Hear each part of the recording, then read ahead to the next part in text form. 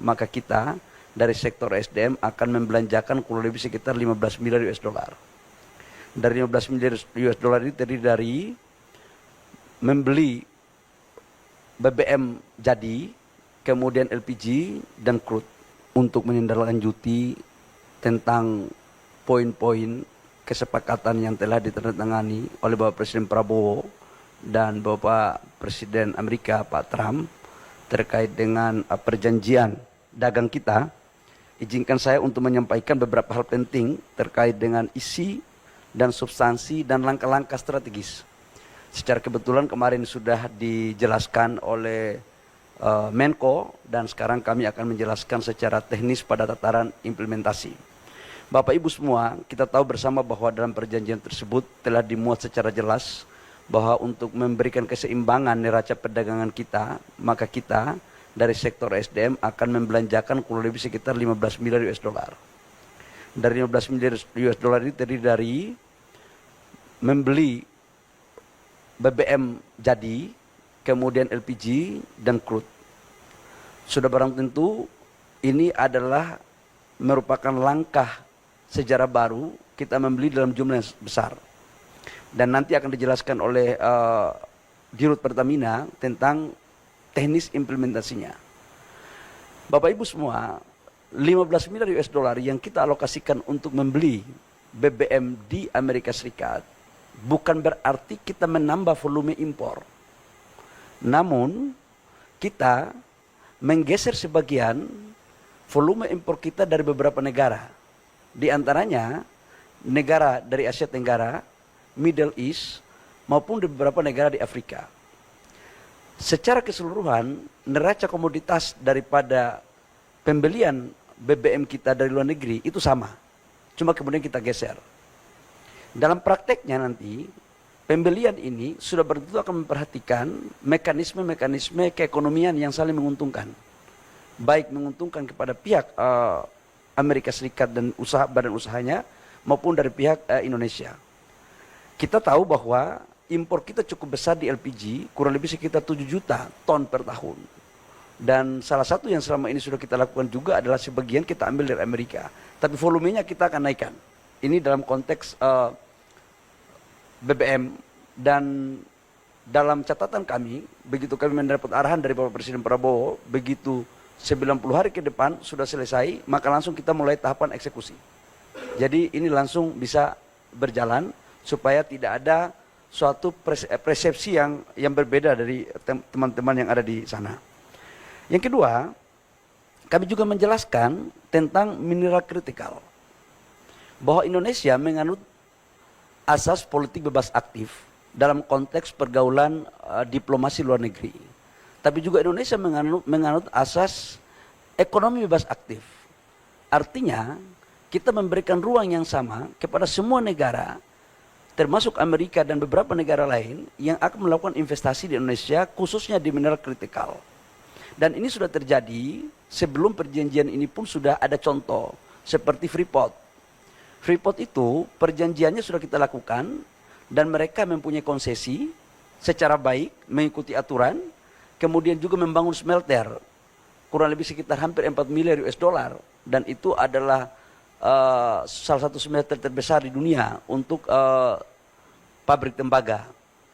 Nah, untuk mineral kritikal terkait dengan nikel, logam tanah jarang, dan mineral-mineral lainnya, kami telah bersepakat untuk memfasilitasi bagi pengusaha-pengusaha yang ada dari Amerika Serikat untuk melakukan investasi dengan tetap menghargai aturan-aturan yang berlaku dalam negara kita.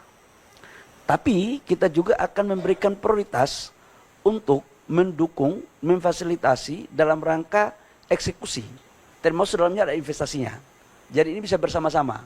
Jadi katakanlah mereka mau bangun smelter di Indonesia untuk nikel, kita akan dorong, kita akan kasih ruang yang sebesar-besarnya, sama juga dengan negara lain. Jadi jangan diartikan bahwa kita akan membuka ekspor barang mentah, enggak. Yang dimaksudkan di sini adalah mereka setelah melakukan pemurnian, kemudian hasilnya bisa diekspor. Biar clear nih, biar tidak ada salah interpretasi. Yang berikut, Bapak Ibu semua, saya juga menjelaskan bahwa dalam konteks perolehan terhadap wilayah-wilayah pertambangan yang ada, kami setelah ini kami akan menawarkan kepada mereka mana perusahaan-perusahaan yang ingin masuk dan kemudian kita fasilitasi. Dan saya sudah melakukan pemetaan terhadap lokasi-lokasi yang prospek, karena kita juga harus membangun, menjaga hubungan yang sudah sangat baik ini. Yang berikut saya juga menyampaikan terkait dengan perpanjangan Freeport. Bapak Ibu semua, kita tahu bahwa 2 tahun terakhir telah kita melakukan negosiasi komunikasi intens antara pemerintah Indonesia, MindID dan Freeport McMoran. Secara kebetulan puncak produksi Freeport itu puncak-puncaknya 2035. Kita tahu bahwa konsentrat Freeport sekarang memproduksi 1 tahun pada saat belum terjadi musibah itu mencapai 3,2 juta ton biji konsentrasi daripada tembaga yang menghasilkan kurang lebih sekitar 900.000 lebih tembaga dan kurang lebih sekitar 50 sampai 60 ton emas. Dan produksi ini adalah merupakan hasil eksplorasi yang dilakukan pada tahun 2002-2003. Karena ini eksplorasinya di underground itu membutuhkan waktu kurang lebih setahun. Nah, oleh karena 2035 itu adalah puncaknya, maka kita berpandangan bahwa penting untuk kita mencari solusi dalam rangka eksistensi dan keberlanjutan daripada usaha di Timika di Papua. Maka hari ini komposisinya adalah saham kita dari 100% itu kita punya 51%. Perpanjangannya ini kita lakukan dengan maksud agar bisa dilakukan eksplorasi di awal dengan menambah 12% saham kepada negara. Jadi dilakukan divestasi.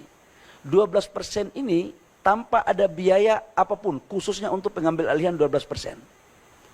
Namun dalam proses untuk bagaimana meningkatkan eksplorasi, pasti disitu membutuhkan biaya, disitulah ditanggung renteng. Nah, dengan demikian maka pada tahun 2041 negara akan mendapatkan saham 51 tambah 12% berarti 63, di mana penambahan 12% saham ini juga akan berkontribusi, akan dibagi sebagian kepada pemerintah daerah Papua, penghasil tambang. Nah, dengan demikian maka penciptaan lapangan pekerjaan dapat bertambah, yang existing tetap bertahan, pendapatan negara juga bertambah, begitupun royalti PNBP dan pendapatan daerah. Nah, kira-kira itu terkait dengan Freeport. Namun setelah MOU ini ditandatangani, tahap berikutnya adalah kami akan melakukan pembahasan teknis terkait dengan administrasi-administrasi yang akan dipenuhi oleh pihak Freeport. Sudah barang tentu dalam bernegosiasi, kami akan mengedepankan kepentingan negara lebih ke depan. Karena pasal 33 Undang-Undang 45 sebagaimana apa yang diarahkan dan diperintahkan oleh Bapak Presiden adalah kita harus mengedepankan kepentingan negara, dan oleh karena itu di dalam perpanjangan 2041 nantinya diharapkan pendapatan negara harus jauh lebih tinggi ketimbang pendapatan negara yang ada sekarang ini. Termasuk dalamnya royalti dan pajak-pajak lain khususnya emas. Ini biar tidak disalah terjemahkan lain-lain oleh saudara-saudara saya yang ada di tanah air. Yang berikut menyangkut dengan urusan etanol. Bapak Ibu semua, salah satu strategi untuk kita mendorong ketahanan energi dan kedaulatan energi kita adalah kita akan menerapkan bagian daripada bensin kita akan campur dengan etanol, mandatori. Tujuannya sebenarnya adalah bagaimana menciptakan peluang usaha baru yang ada di Indonesia. Namun sampai dengan produksi kita bisa memenuhi kebutuhan dalam negeri, maka ruang untuk kita melakukan impor boleh saja, termasuk di impor dari Amerika. Sampai dengan kebutuhan produksi kita dalam negeri terpenuhi. Ini paralel aja sebenarnya, paralel aja biasa.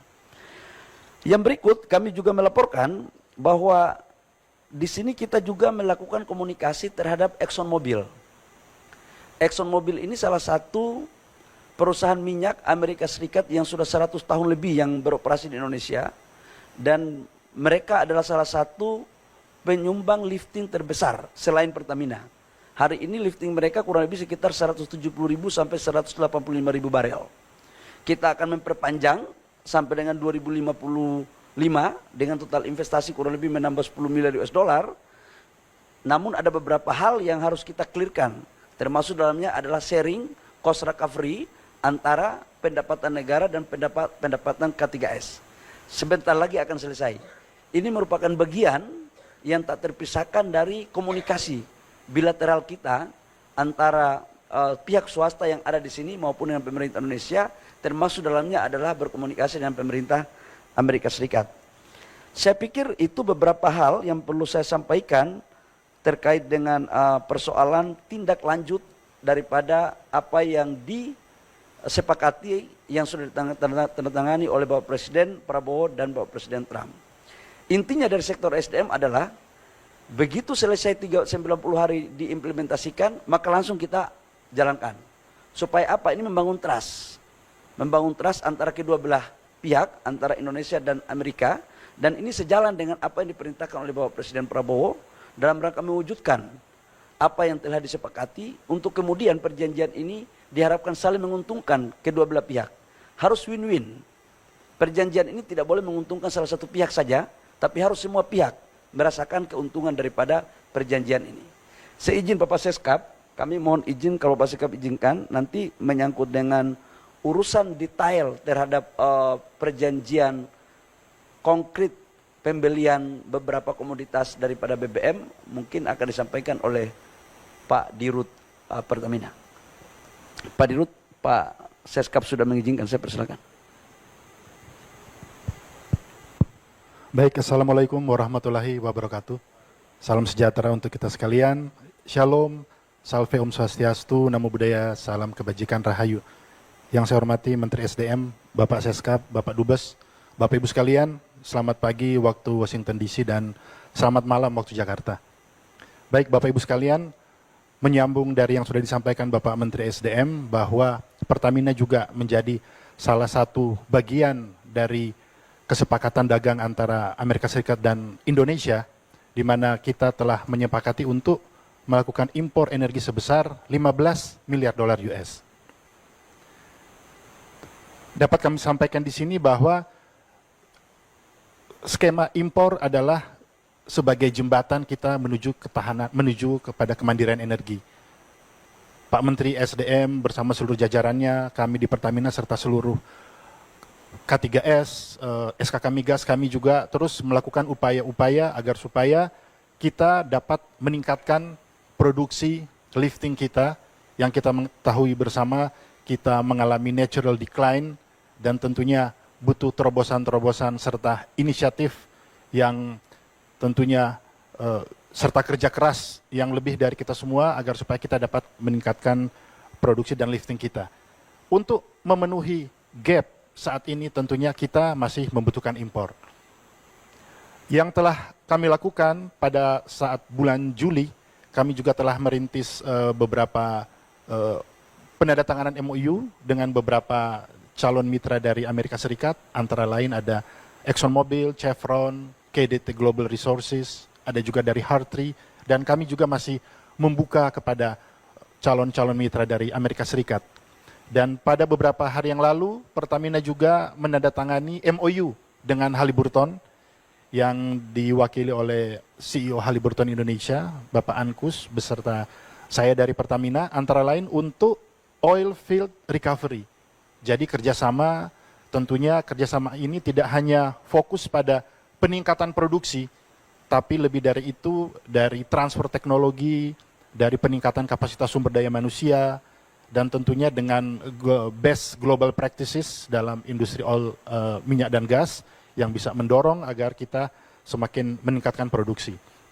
Nah, ada beberapa catatan penting yang perlu saya sampaikan di sini bahwa rencana untuk impor energi dari Amerika Serikat antara lain yang pertama adalah teknis yang kami lakukan ini adalah business as usual.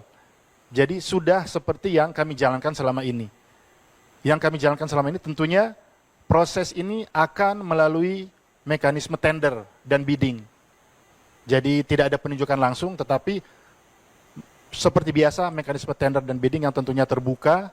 Kami juga hal berikutnya telah melakukan sosialisasi tentang persyaratan sekaligus prosedur untuk menjadi bagian dari mitra Pertamina. ini yang terus kami lakukan dengan mitra-mitra yang ada di Amerika Serikat, dan tentunya terbuka, transparan.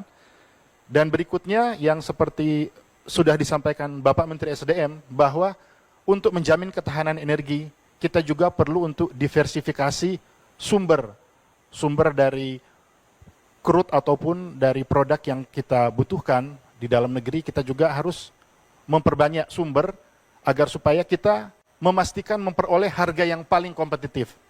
Dengan demikian tadi selain sumber dari Asia Tenggara, Middle East, dan juga dari Afrika, kita juga melihat peluang yang besar sumber dari Amerika Serikat. Dan kita mengetahui LPG Pertamina selama ini mengimpor porsi yang cukup besar dari Amerika Serikat. Kurang lebih sekitar 57%. Nah, dengan adanya kesepakatan dagang ini tentunya kita akan bisa meningkatkan, bisa sampai ke 70%. Begitu juga untuk crude yang berasal dari Amerika Serikat, kita juga akan dorong untuk peningkatan. Sementara untuk produk, kita akan terus melakukan penjajakan dengan mitra-mitra yang ada di Amerika Serikat. Dan sekali lagi, semua proses kita lakukan secara terbuka untuk menjamin semua aturan dengan baik. Kami juga tentunya kemarin kedua pimpinan menyampaikan bahwa perjanjian kerjasama ini adalah untuk win-win. Jadi untuk kebaikan dan kemajuan kedua negara. Dengan demikian, kedua negara sangat menghormati regulasi dan aturan yang berlaku di masing-masing negara.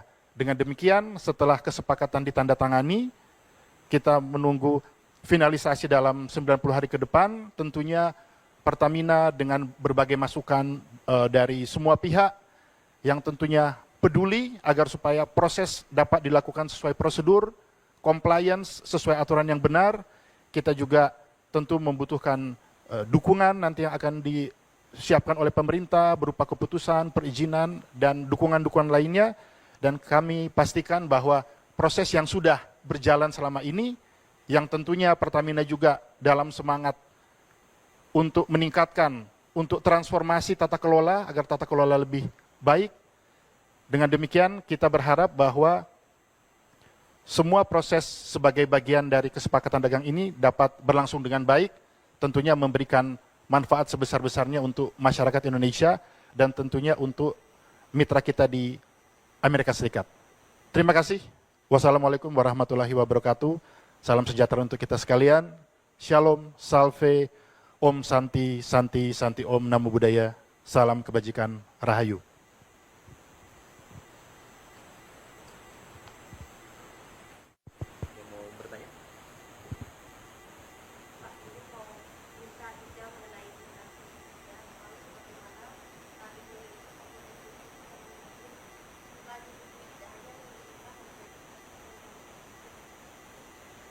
Baik, yang menyangkut dengan mineral kritis ya, pertama kan mereka akan masuk di sektor nikel, kemudian logam tanah jarang, kemudian beberapa juga tembaga sama emas sekarang masuk juga di mineral kritis.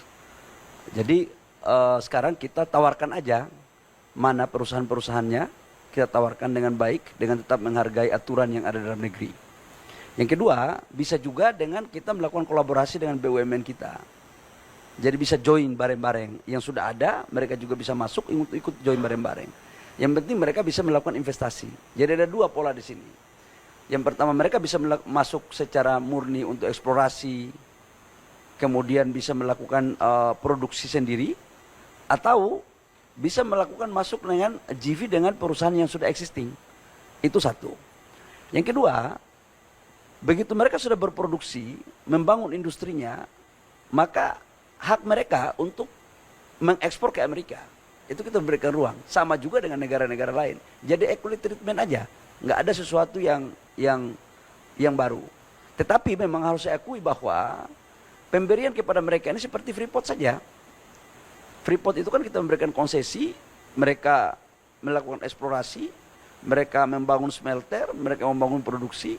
Hal yang sama mungkin sebagai contoh untuk diterapkan pada sektor-sektor mineral yang lainnya. Gitu.